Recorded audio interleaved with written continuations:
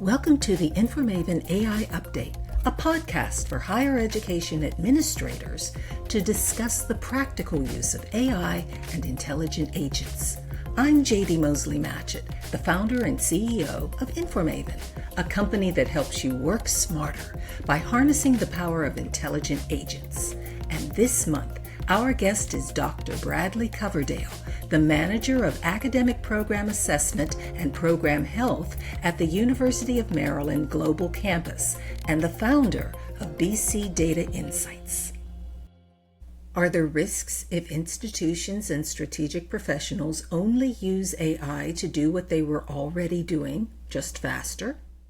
Now, is it smart to just keep doing things faster, or are there risks that we should consider before simply speeding up our current processes and practices? Oh yeah, there's definitely risks. And this is one of the things I really appreciate with AI is it really questions us to go, are we doing the right thing? And are we set? Because it is as good or as bad as you program it to be. More so than I think any other technology that we've had before, because it will do exactly what you tell it to. I can ask it and say, well, why'd you do it like this? It will tell me. And so then I can start to understand, oh, no, that's not what I meant. And this is the fallacy for us to be able to move these things forward. But again, it comes back to what we've said before. Like I've seen so many people now being like, we now need to have a very clear data dictionary. We need to have a very clear set of data for us to be moving forward, and using AI as the driver because they're recognizing that we can't move forward, and we're going to fall behind our competitors because we've been putting up with bad practices and bad processes that we always said we'd get to someday. Well, someday has arrived. And now it's the question of, are you going to put in the time, the effort, and the resources to do it? Nobody wants to go through 300 dashboards and say, these are still good, these are not still good. But somebody needs to do that.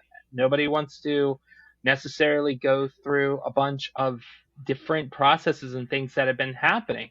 But at the same time, those need to be mapped out so that we can understand, well, what can be automated, what can't be automated. Because you can't get to faster if you don't already have a process that manually you agree with and you recognize where the potential flaws and biases are with it. So in that sense, this is still why we still cannot go fully automated with everything. There still has to be a human to be monitoring what processes are being done. Are they meeting certain requirements? Are they meeting certain quality expectations, especially as we move forward? I mean, one of the big things we've seen a lot, especially in the higher ed space, talking about automation, is degree transcripts for validation and verification purposes. Those are a lot of manual work that eventually we want to get to an automated process, but when there's a bunch of nuance and caveats that an AI is not going to know about those unless you put those into the script. And that's one of the great things. AI is constantly learning, but we have to be willing to be patient and continue to teach it and provide it that source information. You're absolutely right. There still is a lot of work to do. However, one of the beauties of AI is that it can help us understand what's going on in those processes and what we need to tighten up. So it's a two-edged sword. Yes. Oh, this is great. So I really appreciate your time with us today. It's been a powerful discussion, and you've pointed out some frequently overlooked consequences when higher education administrators fail to be strategic about implementing AI. And I love the way that you pointed out that saving time and effort shouldn't be the only goals when adopting AI, because this new technology really requires us to think in new ways if we want to effectively benefit our institutions.